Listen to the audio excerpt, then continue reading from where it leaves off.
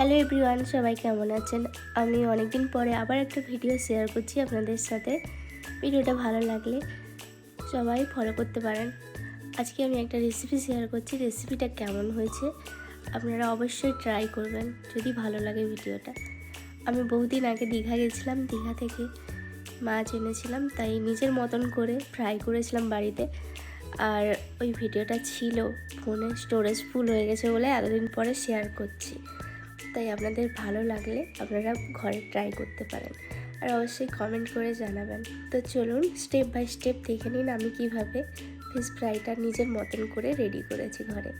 সবার first step হচ্ছে মাছটাকে ফ্রাই করে নিয়েছি লবণ আর হলুদ মাখিয়ে। ফার্স্ট স্টেপ যেরকম হয় সবাই যেরকম বাড়িতে রেগুলার বেসিসে রান্না করেন ওইভাবে।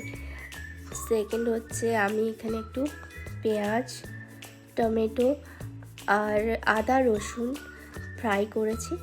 তারপরে স্টেপ হচ্ছে বাটার দিয়ে কিভাবে রেডি করেছি স্টেপ বাই স্টেপ, ওটা দেখে নিন আপনারা। তো এইটুকু বলে দিলাম কারণ এতটা পর্যন্ত আমি ভিডিও করেছিলাম না, তো এরপর থেকে আছে স্টেপ বাই স্টেপ ভিডিওটা, তাই আমি ভয়েসে বলে দিলাম। তো চলুন ভিডিওটা দেখে নিন, আর ভালো লাগলে অবশ্যই রেসিপিটা ট্রাই করবেন। সেকেন্ড স্টেপ হচ্ছে কড়াতে যেরকম তেল গরম করার পরে পেঁয়াজ, রসুন, টমেটো আর লঙ্কা যে যেরকম ঝাল খেতে চায় ওরকম মশলাগুলো ম্যারিনেট করার আগে আমি তেলে দিয়ে দিয়েছি, একটু ফ্রাই করে তারপরে বাটার দিয়েছি। বাটারটা মেল্ট হয়ে গেলে তারপর একটু সয়া সস দিব। স্টেপ বাই কী দিচ্ছি আপনাদের সাথে শেয়ার করছি, আর আপনারা ঘরে ট্রাই করে জানাবেন কেমন হয়েছে। একটু জিরা গুঁড়ো দিচ্ছি,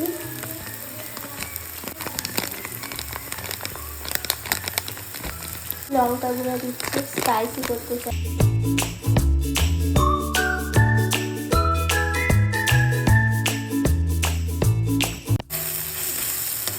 অবশ্যই জল একটু দিবেন, কারণ জল না দিলে সয়া সসটা যে দিব ওটা তেতো লাগতে পারে, তাই। আর এই যে আমি এখন সয়া সস দিব। আমি সয়া সসটা দিচ্ছি জাস্ট একটু কালার করার জন্য। একটু জল দেব।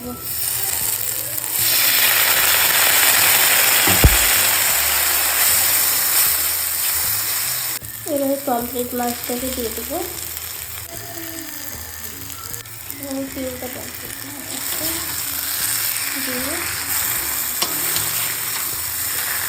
মশলাটাকে বাইরে মাখিয়ে ধীরে ধীরে একটু হালকা ফ্রাই করতে হবে। একটু হালকা ফ্রাই হয়ে গেছে, এখন লেবুটা চিপড়ে দেবো।